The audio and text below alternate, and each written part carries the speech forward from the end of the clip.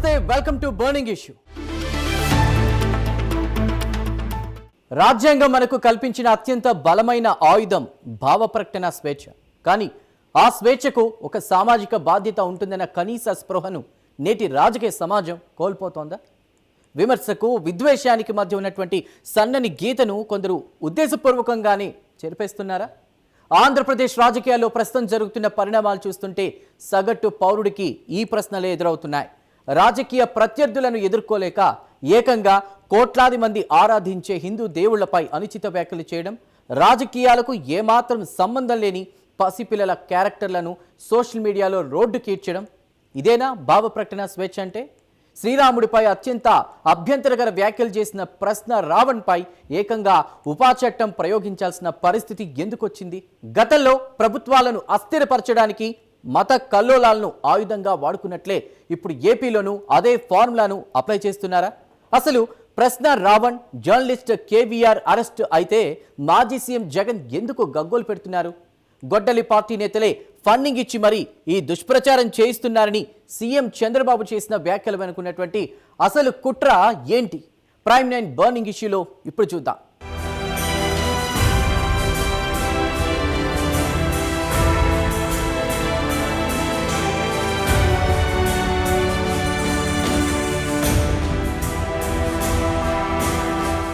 ప్రజాస్వామ్యంలో ప్రశ్నించే హక్కు ప్రతి పౌరుడికి ఉంటుంది. ప్రభుత్వ విధానాలను, నాయకుల నిర్ణయాలను విమర్శించడం తప్పు కాదు. కానీ ఆ ప్రశ్నించే ముసుగులో ఒక వర్గం మనోభావాలను దారుణంగా గాయపరచడం ఇప్పుడు ఒక వికృత ధోరణిగా మారిపోయింది. హిందూ దేవుళ్లను కించపరచాలని రాజ్యాంగంలో ఏ నిబంధన చెబుతోంది?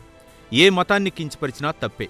కానీ ఒక్క హిందూ దేవుళ్ల విషయంలో మాత్రం ఏది పడితే అది మాట్లాడొచ్చా అన్న సగటు హిందూ ఆవేదన ఇప్పుడు బలంగా వినిపిస్తోంది. ప్రశ్న రావణ్ లాంటి వ్యక్తులు రాముడిపై, హిందూ దేవుళ్లపై చేసిన కామెంట్స్ను ఏ నాగరిక సమాజమైనా సమర్థించగలదా అన్నది ఇప్పుడు ఆలోచించాల్సిన విషయం.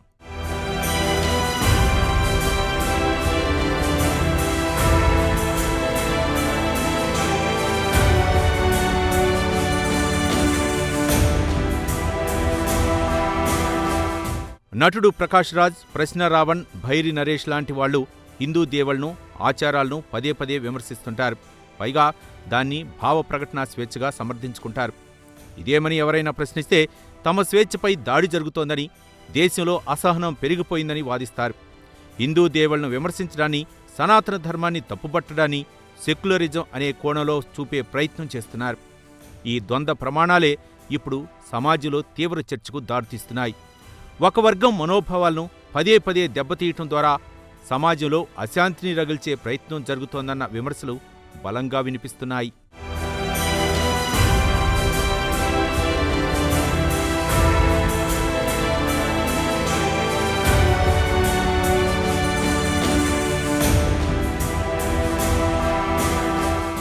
చట్టం ముందు అందరూ సమానమే అన్నప్పుడు శిక్షలు కూడా సమానంగానే ఉండాలి.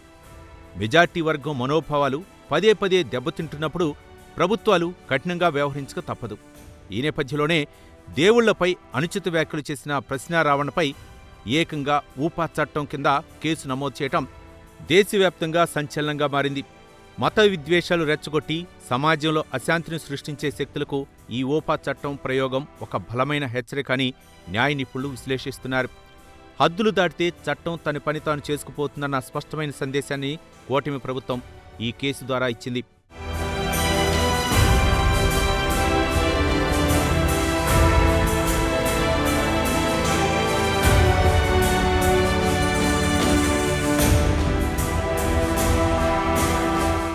హిందూ దేవుళ్లపై వ్యాఖ్యలు చేయడం ఒక ఎత్తు అయితే, ఈ విద్వేష రాజకీయాలను పక్కా ప్లాన్తో ఏపీలోకి ఇంజెక్ట్ చేయడం మరో ఎత్తు.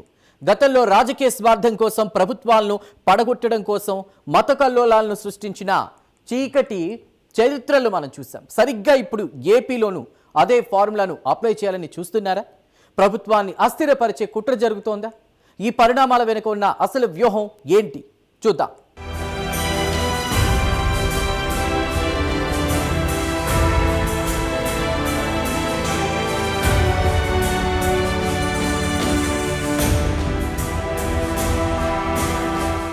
గత రాజకీయ చరిత్రను ఒకసారి నిశితంగా పరిశీలిస్తే అధికార దాహంతో రగిలిపోయే కొందరు నాయకులు ప్రభుత్వాల్ని పడగొట్టడానికి మతకల్లోలాలను ఒక ఆయుధంగా వాడుకున్న సందర్భాలు అనేక ఉన్నాయి.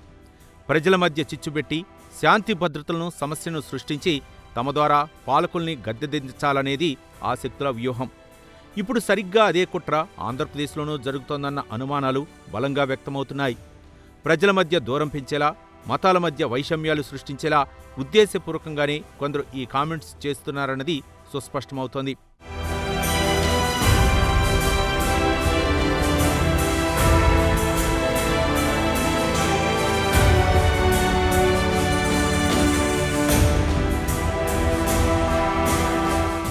కూటమి ప్రభుత్వాన్ని రాజకీయంగా అభివృద్ధిపరంగా ఎదుర్కోలేక ఇప్పుడు మత విద్వేషాల ఫార్ములాను ఏపీ రాజకీయాల్లోకి చొప్పిస్తున్నారన్న వాదన వినిపిస్తోంది. దేశంలో ప్రధాన రాజకీయ పక్షాల ఎజెండా ఏంటో ప్రజలకు స్పష్టంగా తెలుసు. అందుకే ప్రజల మధ్య గొడవలు సృష్టించడానికి కొన్ని అదృశ్య శక్తులు ప్రయత్నిస్తున్నాయి. ఇలాంటి శక్తులపై ప్రభుత్వం ఉక్కుపాదం మోపితే భావ ప్రకటనా స్వేచ్ఛ అంటూ గగ్గోలు పెట్టడం వెనుక ఉన్న ఆంతర్యం ప్రభుత్వాన్ని అస్థిరపరచడమేనని విశ్లేషకులు భావిస్తున్నారు. ఏపీలో ప్రశాంత వాతావరణాన్ని చెడగొట్టడమే లక్ష్యంగా ఈ ఎపిసోడ్ నడుస్తోందన్నది నిర్వివాదాంశం.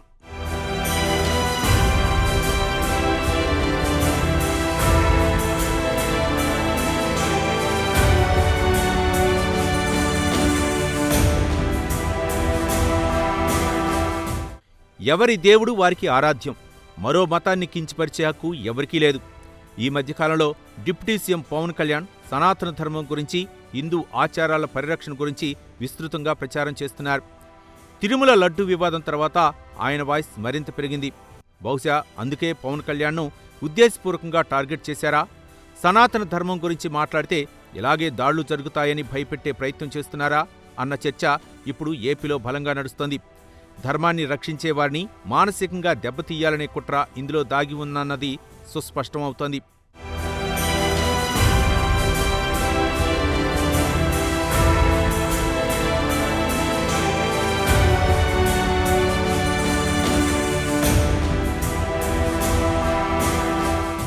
పవన్ కళ్యాణ్పై రాజకీయంగా పోరాడలేక ఆయన వ్యక్తిగత జీవితంపై, కుటుంబ సభ్యులపై దాడి చేయటం కొందరికి అలవాటుగా మారిపోయింది. రాజకీయాలకు, పబ్లిక్ లైఫ్కు దూరంగా ఉండే పవన్ కళ్యాణ్ పిల్లల గురించి సోషల్ మీడియాలో అత్యంత అసభ్యకరంగా మాట్లాడటం సభ్య సమాజాన్ని విస్మయానికి గురిచేస్తోంది.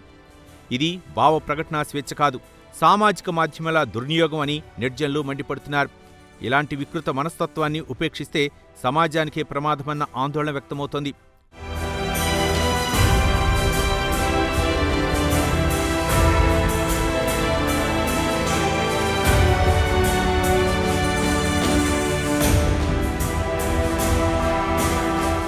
రాజకీయాల్లో విమర్శలు, ప్రతి విమర్శలు సహజం. కానీ పవన్ కళ్యాణ్ ఎదుర్కోలేక ఆయన కుటుంబ సభ్యులను, పసిపిల్లలను టార్గెట్ చేయడం ఏ రకమైన రాజకీయం? రాజకీయాలకు ఏమాత్రం సంబంధం లేని చిన్నారులపై అసభ్యకర పోస్టులు పెట్టడాన్ని ఏ సమాజం హర్షిస్తుంది? ఉపా చట్టం కింద బుక్ అయిన ప్రశ్న రావణ్, అలాగే జర్నలిస్ట్ కేవీఆర్ లాంటి వాళ్ళు అరెస్ట్ అయితే వైసీపీ అధినేత జగన్ ఎందుకు రియాక్ట్ అవుతున్నారు? Let's continue.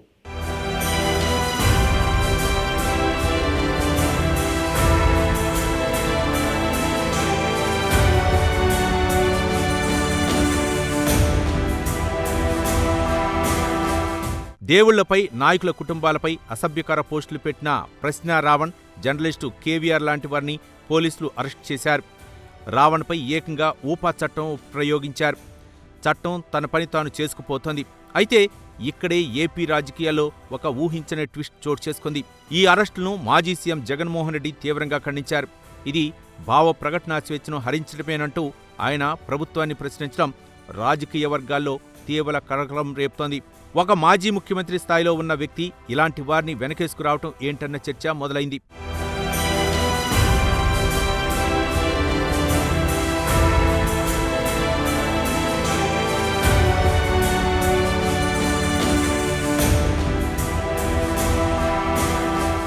హిందూ దేవుళ్లను కించపరిచిన వారిని, పసిపిల్లలను దూషించిన వారిని ఒక ప్రధాన ప్రతిపక్ష నేత వెనకేసుకురావటం ఏంటన్న ప్రశ్నలు ఇప్పుడు వెల్లువెత్తుతున్నాయి.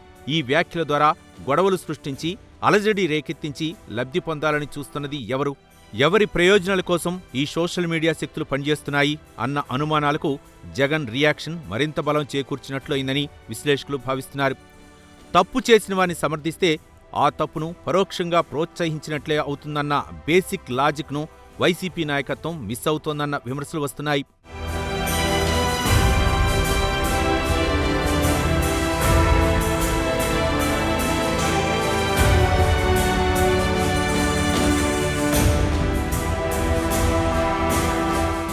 గతంలో ఎన్నడూ లేని విధంగా ఏపీ రాజకీయాల్లోకి మతాలను, కుటుంబాలను లాగటం వెనుక ఒక ఆర్గనైజ్డ్ సిండికేట్ పనిచేస్తోందని కూటమి నేతలు ఆరోపిస్తున్నారు.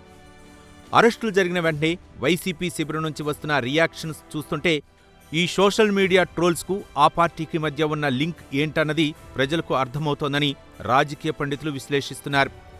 భావ ప్రకటనా స్వేచ్ఛ పేరుతో విద్వేషాలను వెదజల్లేవారిని రక్షించుకునే ప్రయత్నం చేయడం ద్వారా వైసీపీ తనకు తానుగా మరింత డ్యామేజ్ చేసుకుంటోందన్న అభిప్రాయం వ్యక్తమవుతోంది.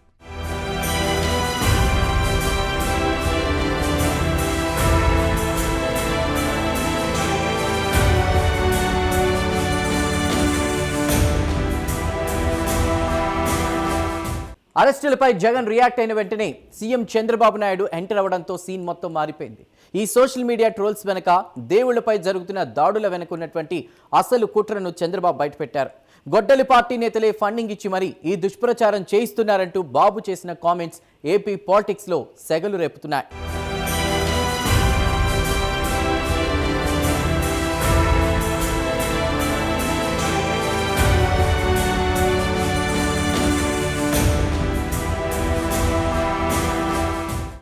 సోషల్ మీడియాలో జరుగుతున్న ఈ అరాచకాల వెనుక ఆర్గనైజ్డ్ క్రైమ్ ఉందని కూటమి ప్రభుత్వం బలంగా నమ్ముతోంది. దీనిపై ముఖ్యమంత్రి చంద్రబాబు నాయుడు సంచలన వ్యాఖ్యలు చేశారు.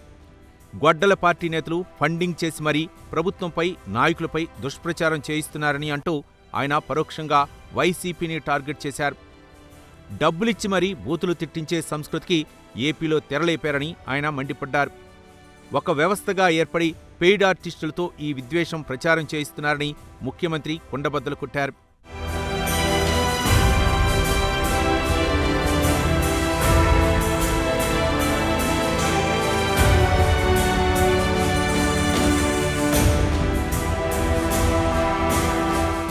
తనపై, పవన్ కళ్యాణ్ పైన విమర్శలు చేసేందుకు, వ్యక్తిగత దాడులు చేసేందుకు కొన్ని సామాజిక మాధ్యమాలకు, యూట్యూబ్ ఛానళ్లకు ఫండింగ్ ఇస్తున్నారని చంద్రబాబు స్పష్టం చేశారు.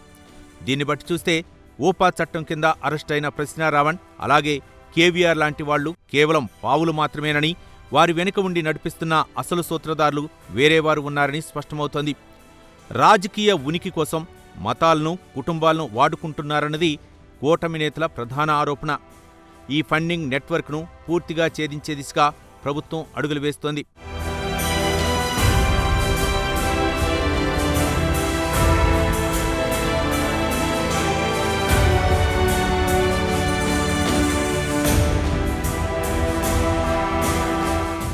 ఏది ఏమైనా భావ ప్రకటనా స్వేచ్ఛకు ఒక లక్ష్మణ రేఖ ఉంటుంది.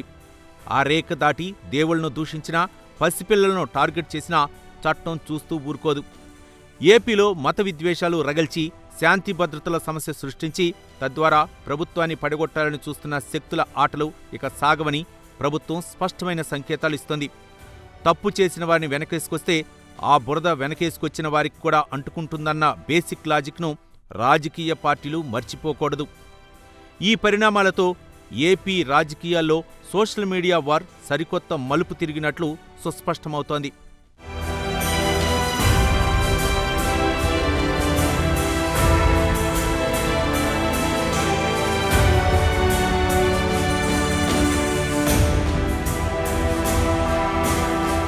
స్వేచ్ఛ అనేది ఇతరుల మనోభావాలను గౌరవించినప్పుడే దానికి నిజమైన అర్థం, పరమార్థం ఉంటుంది.